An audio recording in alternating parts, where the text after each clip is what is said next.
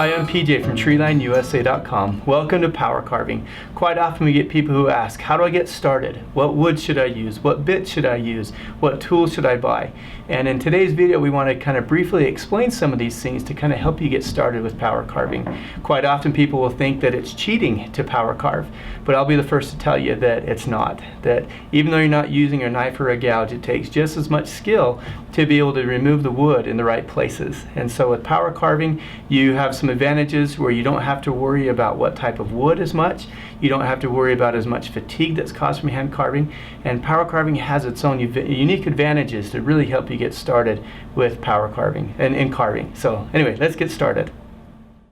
There really isn't any end to what you could carve with power tools. I'll show you a few examples today, but as you look through online and through different books and things like that, you'll see there's all kinds of things you can carve.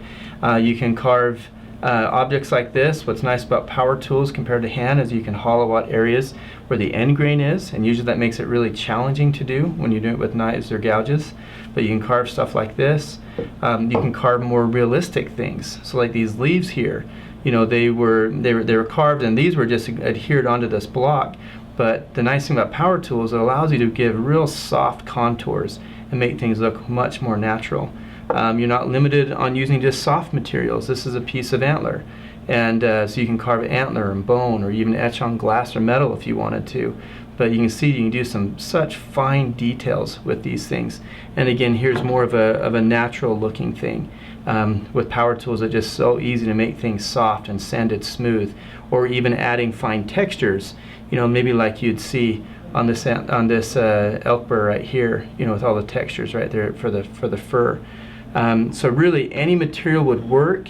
There's some woods that lend itself to be a little bit better for power carving. Probably the very favorite power carving wood would be tupelo. Tupelo is very soft and it takes wood off very quickly, but it doesn't have a tendency to fuzz. Some woods, when you power carve it, it fuzzes up a lot, and that makes it tricky to carve and to hold detail. But you can also carve in harder wood. So here's a piece of maple we'll demonstrate on here in a minute. Another favorite wood is alder. Alder is less expensive and it's light density, and so it carves fast, but it also holds detail very, very well. But you could also use other woods like walnut, cherry, and other woods that would work great with it. So the bits, they are going to chew off basically whatever they touch. Usually there's about 3 different styles of burrs. First, you start off with these really aggressive burrs, and that's how you're going to do most of your initial shaping and roughing out of your project. So after you've bandsawed it out, or you're just kind of working it to its general shape, use these saber-tooth burrs here, which are made out of carbide and really aggressive, so they'll chew off the wood quickly. And once you get down to your basic shape, then you're going to switch over to these fluted carbide bits. And this is going to work more like a knife. It's going to slice material away easily without leaving a lot of roughness behind. And we'll show you kind of the difference between the two. And then you'll usually finish up with either a diamond or a ruby. And these bits work much like sandpaper. It's like 120, 150 grit sandpaper. They're not going to remove a lot of material, but they're going to allow you to kind of clean it up and fine tune your work to kind of prepare it for finish. So I want to kind of demonstrate some of that for you. But first I want to talk about some of the different tools. A lot of people use like a Dremel type tool to get started in carving. We sell these micromotor tools, which are going to be a little bit more comfortable than the common rotary tools, easier to hold. You don't worry about a cable bending or kinking on you. These tools are pretty sweet for removing material. They'll spin a little bit faster, up to about 45,000 RPM. Quick change, so you can take the bits in and out quite easily. But anyway, so we sell some different rotary tools, but whatever you get started with, for the most part, some of these techniques are very similar. So in just a second, I want to turn these tools on and kind of show you how they cut.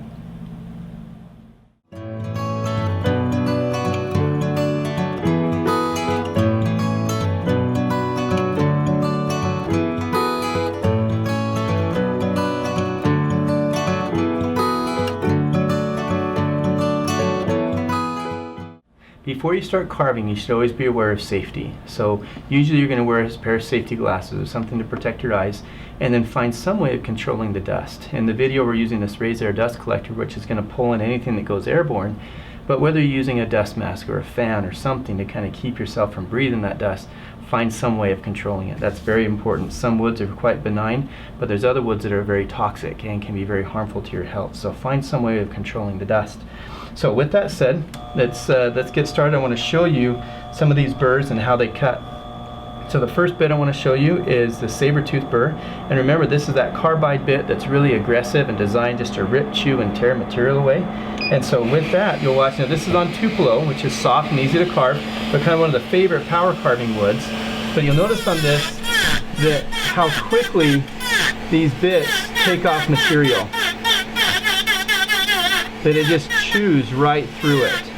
It's not leaving a smooth surface, and really they're not designed to. They're designed just to remove material as quickly as possible. They're made out of carbide, they're going to last a long time. But yeah, you go through it. So these bits here, what you're going to use first to remove the bulk of your material. Once you kind of have your basic shape there, you're going to take and you're going to switch over to the fluted carbide bits. And the fluted burrs are going to cut a lot cleaner, a lot smoother. They're not going to take off as much material, but they're going to take it off a little bit less. And let me talk too about, you see me kind of playing with the speed just a little bit. The faster a bit goes, the more detail and control you're going to have. But also the faster it goes, the more likely it is to burn the wood. So you'll play with the speed a little bit to kind of find how much detail you need and if it's burning the wood. So typically I try to run the bit about as fast as it's able to go, but without burning anything. And that way you have more control. Because if I went really, really slow on this, it feels a little bit grabby in the way that it cuts. But if I speed it up a little bit, you feel you have a lot more control and it cuts just a little bit smoother. So I'm going to come back in the same area right here and kind of show you how much smoother these fluted carbide bits will cut.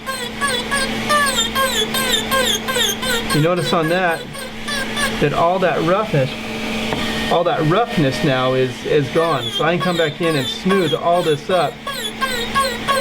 It's not taking off wood as fast, but these bits aren't designed to. They're designed just to take off wood more like a knife in the sense of slicing the wood off rather than tearing it off. And so this type of burr will be kind of the second stage that you'll use to go and clean up.